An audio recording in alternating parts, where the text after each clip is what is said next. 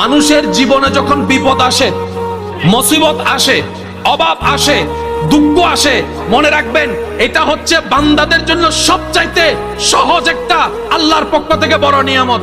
কেমন নিয়ামত? আপনার যখন মন ভেঙে যায়, যে মনের দিকে পৃথিবী তাকায় না, সেই মনের দিকে আল্লাহর রহমত তাকাই থাকে।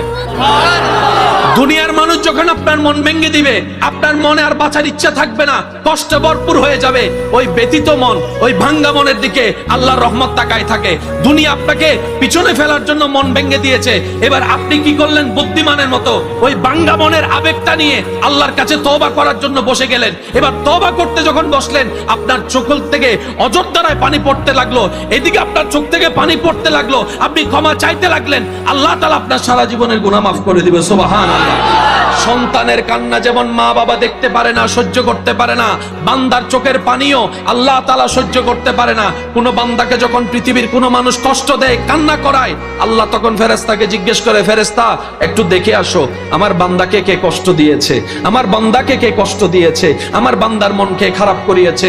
যখন সেই বান্দা বেশি কান্না করতে থাকে, আল্লাহ পাক স্পেশাল একটা রহমত দিয়ে তার জীবনটাকে সুন্দর করে সাজায় দেয়। সুবহানাল্লাহ।